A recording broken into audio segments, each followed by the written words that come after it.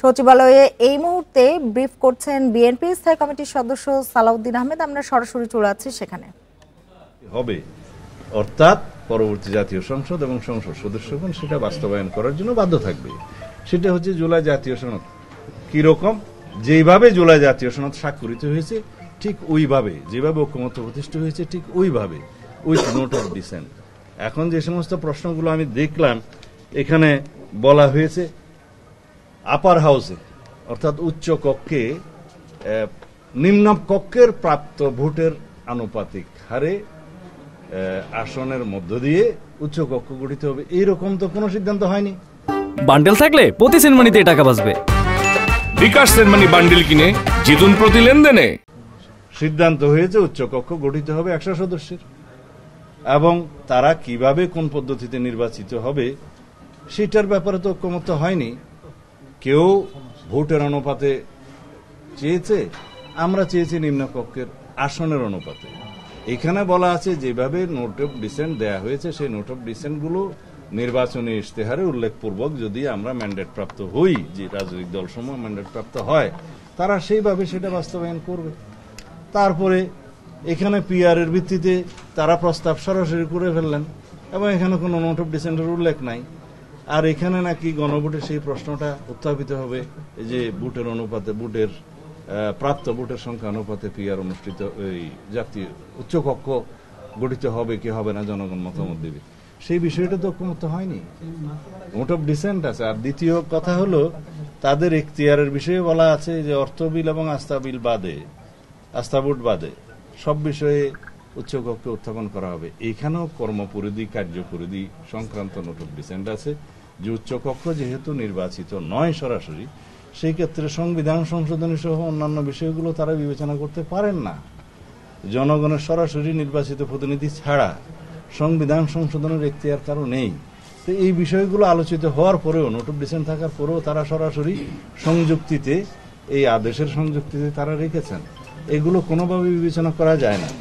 আরও এখানে আশ্চর্য হওয়ার বিষয় হচ্ছে যে তারা একটা টাইম লিমিট নির্ধারণ করে দিয়েছেন যে 270 দিন পঞ্জিকা দিন, মানে ক্যালেন্ডার ডেস এর মধ্যে এই সমস্ত সংস্কার প্রস্তাবগুলো গৃহীত না হলে অটোমেটিক সেটা সংবিধানে সংযুক্ত হবে। এটা একটা হাস্যস্কর ব্যাপার। সংবিধানের কোনো বিষয় সংশোধিত হওয়ার পরে এটা একটা আইন, সেই আইনটা পার্লামেন্টে যথাযথভাবে পাস হওয়ার পরে যখন স্পিকার সই করে রাষ্ট্রপতির কাছে দিবেন, রাষ্ট্রপতি সই হওয়ার পরে সেটা তখন আইন হিসেবে পরিণত হবে। সেটা সংবিধান সংশোধন হোক বা অন্য আইন হোক, অটোমেটিক এটা পরীক্ষায় ওঠো পাশের মতো কোনো বিষয় তো সংবিধানে থাকতে পারে না। এগুলো কিভাবে সুপারিশে আসলো আমি জানি না। তাছাড়া এই তাদের সংযুক্তির গুলোর মধ্যে একটা কলামে আমি দেখলাম যে সমস্ত আর্টিকেলগুলো সংশোধিত হলে গণভোটের ব্যবস্থা আছে, সেই গণভোটের ব্যবস্থার মধ্যে সেটা পরবর্তীতে সংশোধন হওয়ার পরে গণভোট হইতে হবে। রাইটলি আকার ওখানে আমরা কয়েকটা প্রস্তাব দিয়েছিলাম, সেগুলো সংযুক্ত হয়েছে। কিন্তু এখানে তো এই সমস্ত ইটারনিটি ক্লজগুলো তো এখানে আছে, বেসিক ক্লজগুলো তো আছে, সেগুলো তো আমরা প্রস্তাব করেছি সংশোধনে নেওয়ার জন্য। তারপরে আর কোনো গণভোট লাগবে না, আর একটা জায়গায় প্রস্তাব করছে যে পরবর্তী কোনো পদক্ষেপ লাগবে না, অথচ একটা ক্লজে বলছে লাগবে, আর একটা সুপারিশের মধ্যে বলছে লাগবে না। এগুলো তারা কেন খেয়াল করে না আমি জানি না।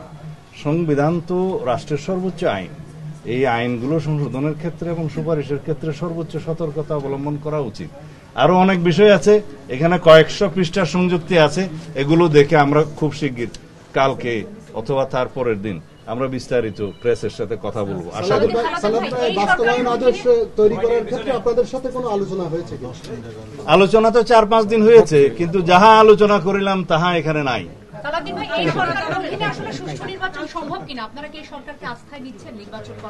এই কথা বলার সময় এখনো আসে নাই। আমরা আশা করি যথাযথ প্রক্রিয়ায় এই সুপারিশগুলো বিবেচনা করা হবে এবং আইনানুগ সাংবিধানিক প্রক্রিয়ায় আমরা জাতীয় সংসদ নির্বাচন ইনশাআল্লাহ পাবো। আমরা এটা আশা করি। এই অন্তর্বর্তীকালীন সরকারের অধীনেই আগামী নির্বাচন হবে, সেটাও আশা করি। সুপারিশ যা দেওয়ার দিয়েছে, আমার মনে হয় জাতীয় ঐক্যমত্য কমিশন নিষ্কৃতি পাওয়ার জন্যই কিছু সুপারিশ দিয়ে তারা কার্যক্রম সমাপ্ত করতে চেয়েছে। এটা আশা করি উপদেষ্টা পরিষদ সরকার পুঙ্খানুপুঙ্খ আলোচনা করবেন, বিবেচনায় নেবেন এবং যেটা আইনানুগ হবে এবং সাংবিধানিক ভিত্তি থাকবে, যে প্রক্রিয়ায় গেলে আমরা একটা নিয়মতান্ত্রিক পদ্ধতিতে নির্বাচন করতে পারবো, সেই প্রক্রিয়াতে তারা গ্রহণ করবে।